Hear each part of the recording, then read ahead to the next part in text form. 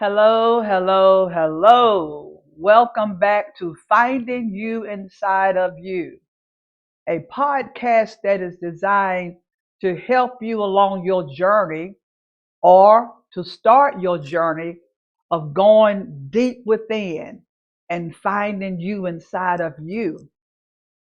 You ever wondered why you do the things that you do or why we behave the way that we behave? Well, there is a link to that. And to find the answers to self discovery is to go in and discover you for yourself. So before I get started, please make sure you hit that subscribe button and don't forget to like. All right, today's topic, there's a continuation from the series, more than one. We're going to talk about um, core wounds, CORE, core wounds. You know that wounds have a history to it. They have a history. Not only do they have energy, but the wounds that we have experienced or experiencing, it has a link to it. It has a root to it. It has a core to it. A lot of times we are not conscious of why we behave the way that we behave or why we think the way that we think. So, as we begin to go further down the rabbit's hole, if you will, to finding you inside of you and understanding and understanding ourselves, our journey is going to take us back home. Our journeys began at home. So you may be saying to yourself, well, Essence Evolve, how does one's journey begin at home? Well, that's our foundation because that is where we learned a lot of the behaviors, where we got a lot of our perceptions from. And that's how we learn as little babies how to form relationships, believe what relationships are about. But the key thing that I want to leave you with today as we start this discussion is, how did my growing up shape my behaviors, shape my perceptions, and then how did all of that shape the way that I interact with other people? Now, I'm going to just read off a few of the core wounds that we are healing from and that you may not be aware of that we have or that you have, but I can promise you these wounds that we do not recognize as being wounds, but these things that we begin to display in our life, it has a lot to do with our core wounds that we are unconscious of that something happened to us. That is why a lot of healing is being taken place among many that are finding them inside of them, because now those things that was never us in the first place, would never serve our highest good, now we have to recognize it, see it for what it is, and now begin to heal from these wounds. Even in the Bible, I like quoting the Bible sometimes, and I like quoting other writers sometimes, because regardless of how you look at it, they're all saying the same thing. So in the Bible, the master teacher, or Jesus, or Yeshua, or the Christ, or the ascended one, however you perceive it to be to you, said, "Physician, heal thyself." That means you have the ability, I have the ability to heal myself. Now let that sink for a minute. Because having the ability to heal myself when I begin to catch it before it gets too far gone, I have the ability, I have the power to heal any childhood traumas. All right, let me read this for you. Core wounds are often internalized beliefs or emotional patterns that individuals carry into their adulthood. I've got to read that part again. Core wounds are often internalized. We take it upon within ourselves. Okay? Internalized beliefs or emotional patterns that the individual carries into their adulthood. So, childhood issues that are unconscious to us and developed over time, we carry them into our adulthood. And we're asking ourselves sometimes, why do I get offended so quickly? Why do I have abandonment issues? Why do I have self-esteem issues? We're going to find out. The things that we carry into our adulthood shape our perceptions, our behaviors, and our relationships. Healing from core wounds involves learning the truth, self-awareness, self-compassion in order to reverse and heal our inner child wounds. Because remember, I said our journeys began at home. And this is not to say that you had a bad parent or a good parent. We all had parents. And a lot of this was not taught. And a lot of it is still not taught.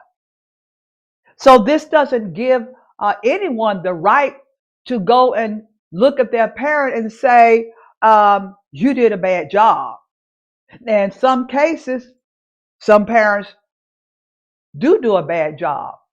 So let's balance that out. But I'm just talking about it, keeping it in perspective. That as a parent, our parents did not come with a roadmap how to be a parent. You learn along the way. And as you learn along the way, when we're honest with ourselves, well, that wasn't such a good idea to yell and demean my child, because I did not know that long term, this is what they're going to remember, and they're going to carry it into their adult life. And then guess what happened? Because as a learned behavior, then what they learned as a child, they learned it from me because I didn't know any better in that case. So they begin to project that same wound, that same hurt, that same pattern on someone else, because it's an unconscious and unhealed wound that we develop in childhood. Remember, I said we carry these into our adulthood, these perceptions, these behaviors, and these relationships. And I want to talk about briefly the relationships with our parents, our primary caregivers.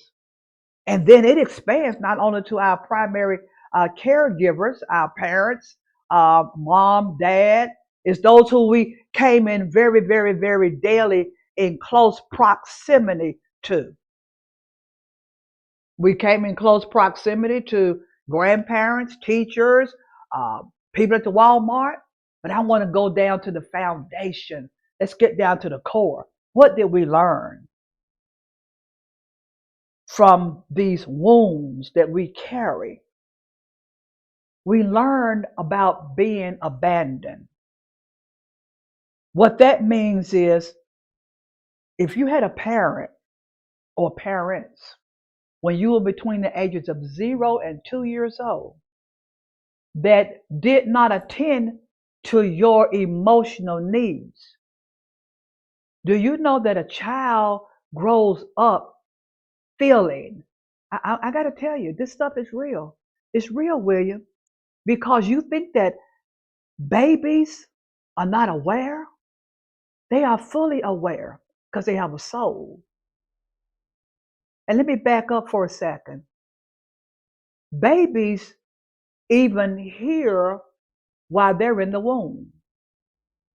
They hear, and babies feel while they're in the womb. They are connected to their mother.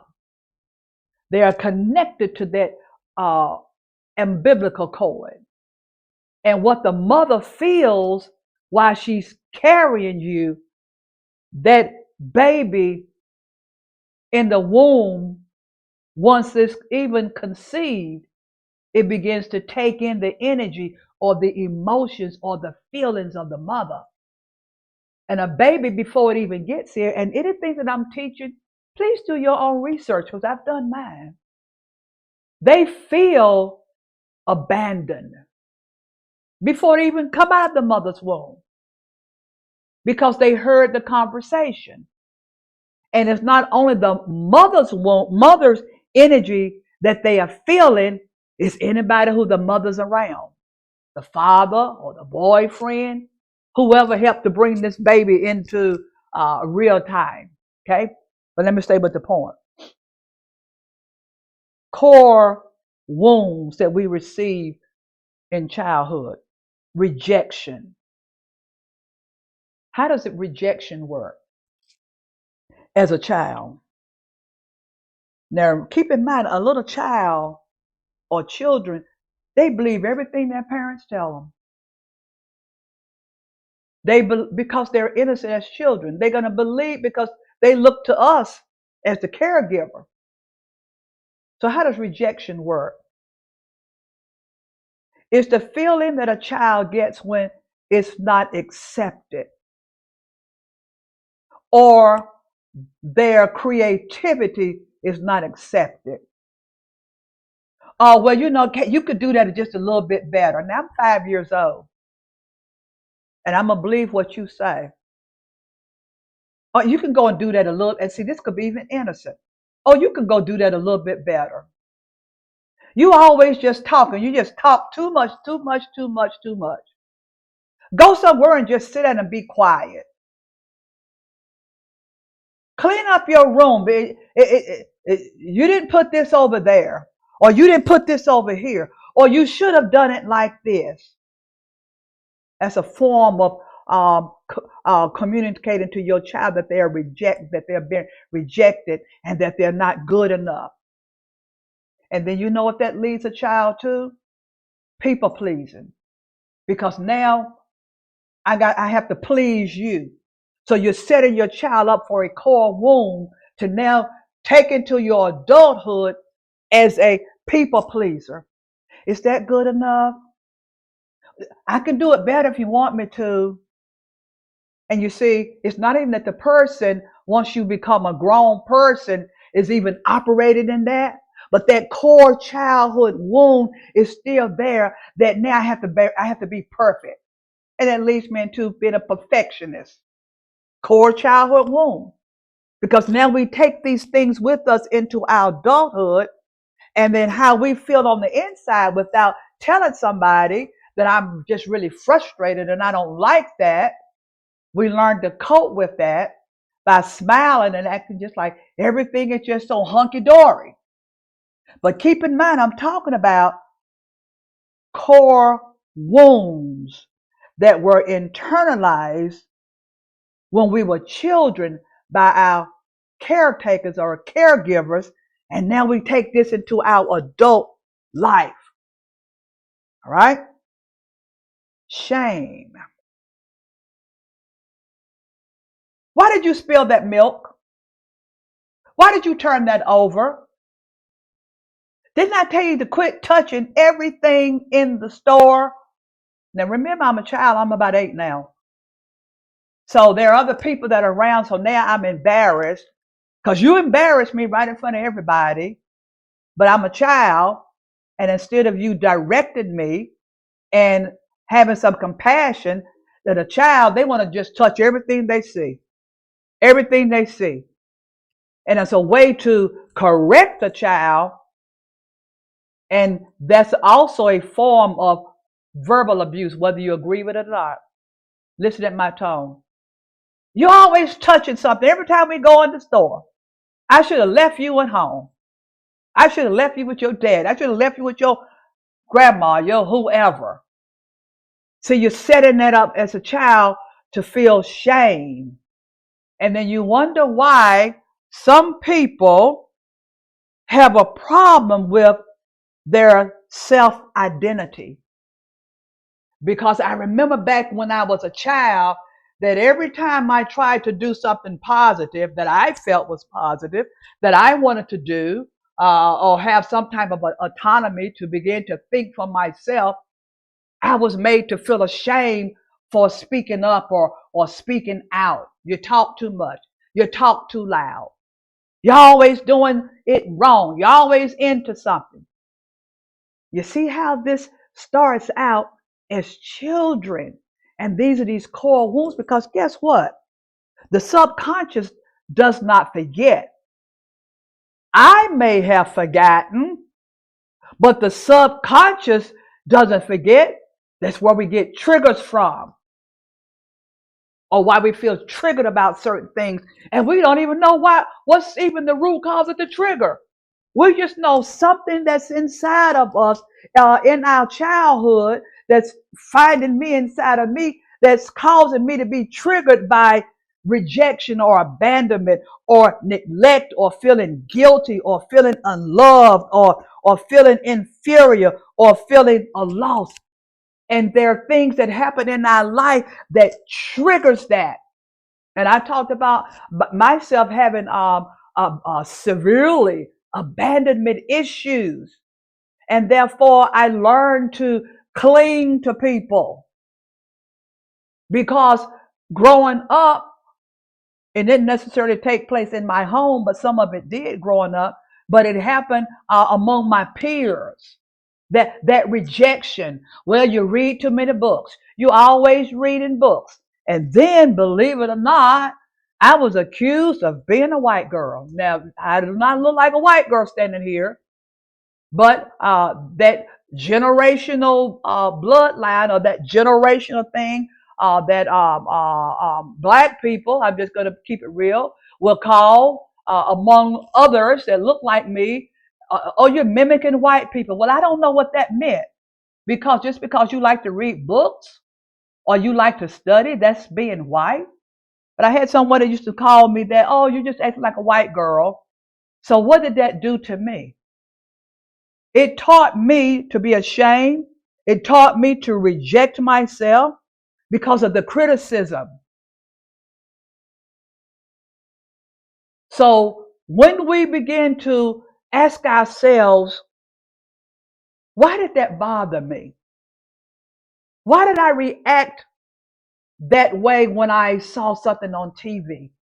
Why did I respond that way when somebody said this? Why am I overly sensitive? Why am I feeling these feelings? I can promise you, it is that unhealed child in us of these experiences that we experience with our primary caregivers, our parents. And then what happened is it expanded to the wider world. And we continue to carry these. And do you know, and I'm going to end with this part of this. Do you know that when we do not begin to search ourselves and find us inside of us, and we carry these childhood wounds, right? It affects our relationships with a partner, our friendships, in the bigger world. Because we learn from our parents how to attach ourselves to other people. And I'm going to get into this a little bit more at another time. The different types of attachment styles. The anxious attachment style, the avoidance attachment style, and the dissociative attachment style. And that last one I mentioned, those are children who grew up in a lot of traumas, like trauma after trauma after trauma. I mean, it is so surrounded by all of the major childhood traumas like abuse, abandonment, um, um, um, um, sexual abuse, verbal abuse. So you see how these things within us are so deeply embedded. Our journey began at home. And once you begin to ask yourself, why does this trigger me? And if you're not going to use the term trigger, that's okay. Simplify it. Why does this bother me? Why does certain things that certain people do that they're not even aware of, why does that bother me? Why is it that I cannot handle constructive criticism? Let's talk about that one for a second, real quick. Why is it that I cannot handle constructive criticism? And there's a difference in criticism and constructive criticism. It still links back to growing up and being criticized for everything. The way you look, if you're too tall, you're too short, you're too big, you're too small, you have big hands, you have big feet, or you have big ears, or you have a different kind of nose, or you have some type of disability that you were born with as a child. You see, this stuff is deep, you all. And these are wounds that we have to begin to heal from. But ask myself, why does this bother me? To thine own self be true. So I'm going to continue this on the next podcast. Stay with me.